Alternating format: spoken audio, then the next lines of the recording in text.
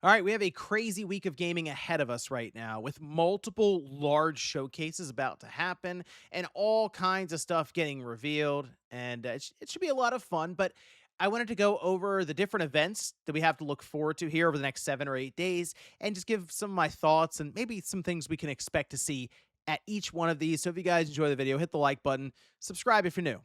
So we're just going to start right away with the first event happening. That'll be on Tuesday, June 2nd. All right. And that'll be 5 p.m. Eastern or 2 p.m. Pacific for the State of Play. We know it's going to be a pretty large State of Play. It's going to be more than an hour long. And while there are a couple of things that have sort of been thrown around, and they've also let us know that Wolverine will be a large part of this showcase, for the most part, it's kind of anyone's guess as to what Sony will show here, what they want to show maybe further in advance that maybe won't be out for a couple of years. What are they going to give to Jeff Keighley, which we'll get to his show soon, that might not be at this event? What do they get from third parties? So that's the thing. It's kind of all over the place. And this, this one in particular is hard to predict. I think the Summer Game Fest is harder. But this is kind of interesting as to what we could see here just because we like, okay, so Wolverine, that should be a substantial part of the show. It's coming up here as we get into September, and it's another Marvel game, but it has notoriety. I think it'll sell very well, so they want to put a nice spotlight on it. But then we also know that there is this God of War Faye game from Corey Barlog, who should also be here. And it wouldn't shock me if that closed out the show. I almost wondered if they open with Wolverine and close with the God of War Faye game. Because that'd be two, I think, pretty strong bookends to the show, and then they can kind of run through a few other things as they go along. So let's say they have Media Molecule who wants to show off whatever weird thing they're working on, which fortunately sounds like it's more of a game than just a creation tool with what Dreams turned out to be. But maybe they get like a new Injustice here. You know, that would actually be pretty cool. The fighting game community does tend to align with like PlayStation, and for a while there Sony had what Evo, and so I could see that sort of fitting together there as like a third party reveal. Rayman Legends Retold, that's just basically leaked over and over and over again. So it's going to get revealed sometime this week coming up. I've seen some people pointing to the State of Play from what they've heard. So that should be there. And, you know, I was thinking about Capcom, and I was hoping that they might have Devil May Cry 6 out there somewhere, and I think that would be an awesome reveal to have. But also, there's word going around that Resident Evil A Code Veronica, that remake, is just about ready to show. And the Sony State of Play has come up as a spot for it to be fully revealed. And it wouldn't shock me too much since we've seen Capcom have like the different Resident Evil games being revealed for the first time at places like a State of Play. So Code Veronica, people have been calling for it. I think it'd be really cool to have here. But that's the thing.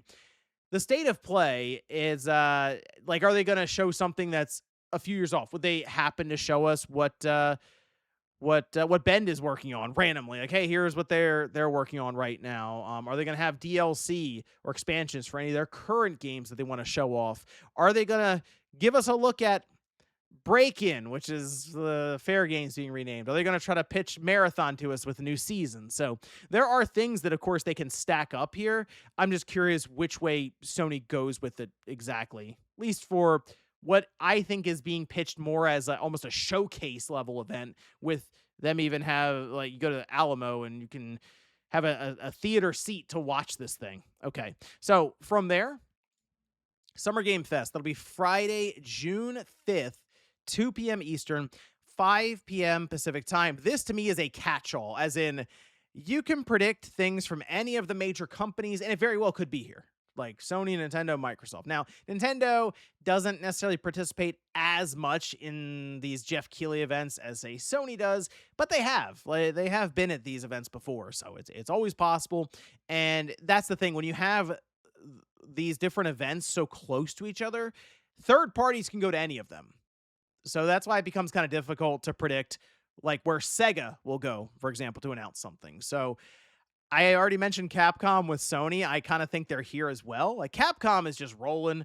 I assume they're going to be showing up at as many events as they can anyway. So Resident Evil Requiem, there's this DLC that's been discussed and thrown around. So maybe they get a reveal here for it. Square Enix, They keep talking about Final Fantasy VII Remake Part 3. Eventually, you got to show the trailer. I know Rebirth, it would have just released on the other platforms, but it would have released. And I was talking to Ryan about this on Click R3.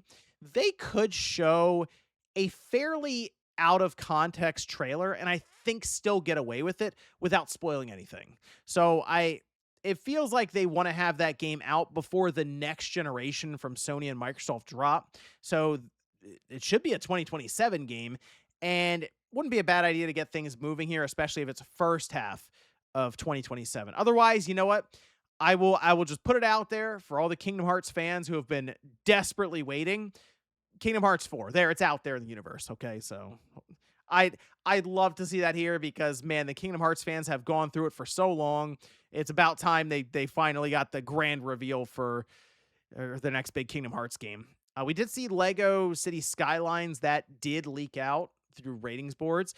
This seems like a good spot for it here. So there you go, Lego City Skylines.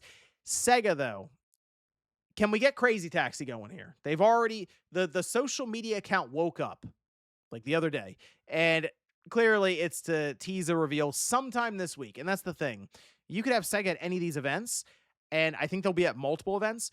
But for Crazy Taxi, it's to me, it's primed and set up for Summer Game Fest, where they did have the full reveal that they'll be bringing back a lot of these older IPs. So if they want to show up with Crazy Taxi and they want to show up with Jet Set Radio, I'm on board with them just rapid firing and talking about all the, like, give us an update on all these different franchises that they're reviving. So with Sony, they did have the full reveal, like the initial reveal for Intergalactic, and the thing we haven't really seen yet would be gameplay. And look, if Intergalactic's going to make it out before the PS6, it also has to come out next year. So maybe they show us our first look at gameplay for Intergalactic, because that was something that was being hyped up by Naughty Dog. Hey, this is going to be more gameplay focused than we've ever really done before. So I would like to see what they mean by that, by showing us the game in action. All right. Tomb Raider, Legacy of Atlantis. We should see a release date for that. There's been word that it's actually getting delayed to 2027. So I will probably see. I mean, look, we'll definitely know if it's being delayed, if it's not here at all this week coming up, because they want to launch it in 2026, but it still doesn't have a release date. And then you have big games like GTA 6 stuff kind of hogging the Q4 spotlight. That get pretty crowded for Tomb Raider. So I'm hoping it's here. I'd like it to come out in 2026. I kind of feel like it's going to come out like first half of 27 though at this time. Okay, so I did put down something Nintendo related. The horror game that Bloober Team is working on in like partnership with Nintendo, this would actually be a good spot for it.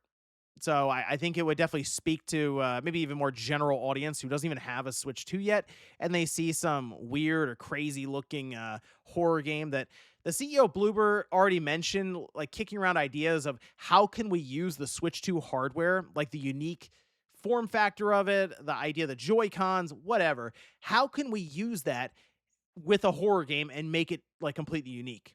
So I'd like to think they have some weird like fourth wall breaking ideas, and it could be you got to undock the Switch 2 for some element in the game. There are some cool things they could do, I'm sure, but this would be a good spot for it. Okay, and finally for Summer Game Fest, I'd like to see Jeff get some redemption here, because he did he closed out a show recently with High Guard, and before he had his next show, the thing was gone. So it wasn't a great closeout, we'll say, for his last event.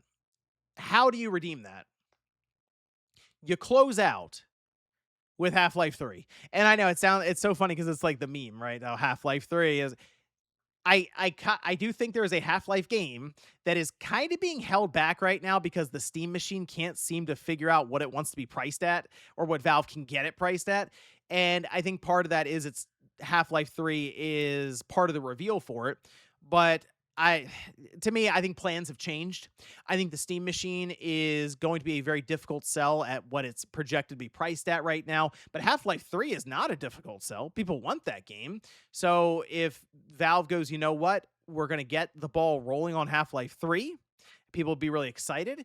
And then we'll also tell you later on that it's just going to come bundled in with the Steam machine that's like 900-ish dollars. So that at least makes it a bit easier on people with the price tag if they want it because, oh, look, the game I was going to buy also comes with it. And it comes with a Steam controller. You start doing the math and you go, well, maybe the system's technically like 750-ish dollars. And then finally, we do have Microsoft's event. That'll be Sunday, June 7th, 10 a.m. Pacific, 1 p.m. Eastern time. And you can see front and center, right, immediately following the Xbox game showcase is Gears of War E-Day. And they had been already talking up E-Day for a bit now, so it makes sense that it would be the big closeout here for them, and then go into which should be I assume 15 to 20 minutes of them just playing the game, going over different features for it. Coalition, I'm sure, showing off some really, really good looking visuals. And I'm really hoping the multiplayer is good for Gears of War E-Day, because after playing the Gears of War, the remaster, remake treatment, or whatever they put out, the multiplayer, I get that it has a special place in people's heart.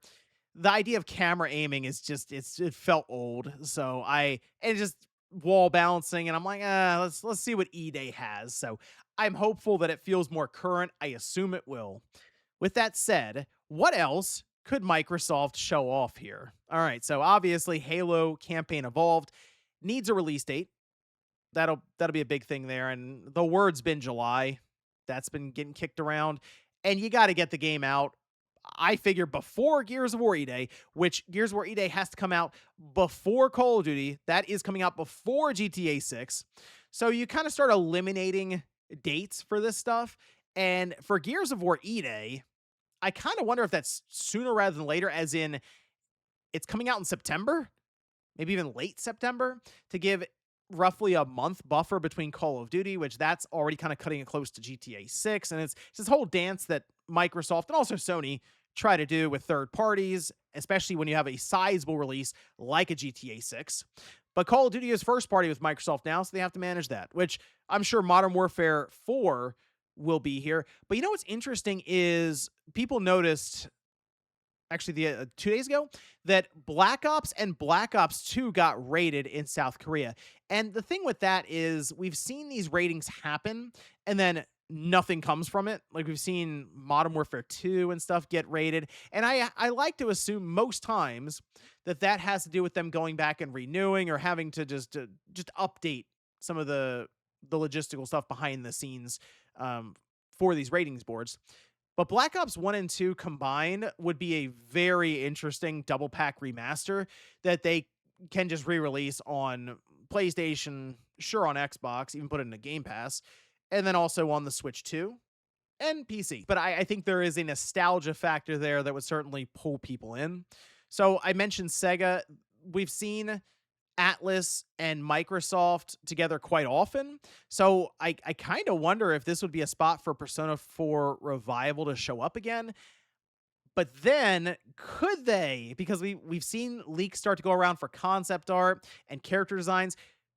Could we see Persona 6 here? Just, hey, Persona 4 Revival is coming up soon, but Persona 6 is 2027. Just flash the year up there. Get people super hyped for Persona again. It's been a while with Persona 5 out there for what feels like forever. That was a PlayStation 3 game as well.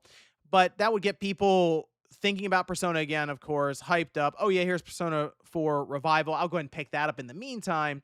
I think it kind of lines up and it makes sense to do a double reveal for that one. Fable did get delayed to 2027 still. I mean, it's like early 2027. So you would want to do some, I assume, gameplay, show off different things here for the game.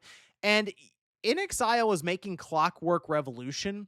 It came up again recently because people noticed that there were some Game Pass titles that were just kind of being populated and listed on like the Xbox page, and that was one of them.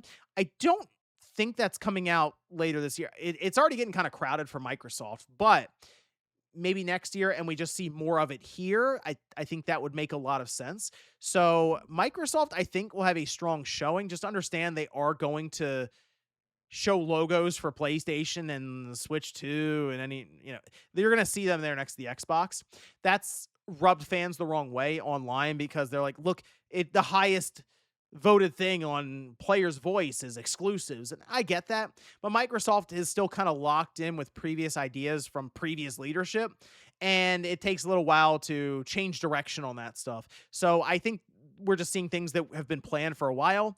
The thing I'm curious about, will Gears of War E-Day be announced for the PlayStation 5? I'm leaning yes, just because I think that would have been put in place again a while ago. But it technically has not been announced for PS5, unlike Halo, which they're kind of locked in there for Campaign Evolved. Is it possible that if it was set up for PS5, they would actually pull back on that and set that up currently for the reveal with Xbox logo and like, PC or Steam or whatever, but not PlayStation? That's something to keep an eye on there as we go into the event on Sunday, but it is going to be a busy week coming up. A lot of game reveals, very excited, and that's not necessarily counting what I think many people are expecting the following week, maybe, for a Nintendo Direct to happen. So it's going to be an interesting and jam packed first half of June, and I'm really looking forward to it. But let me know what you guys think about these different events down below in the comments. What are you hoping to see? What are you expecting to see? Let me know. Thanks, guys, for watching, and I'll see you next time.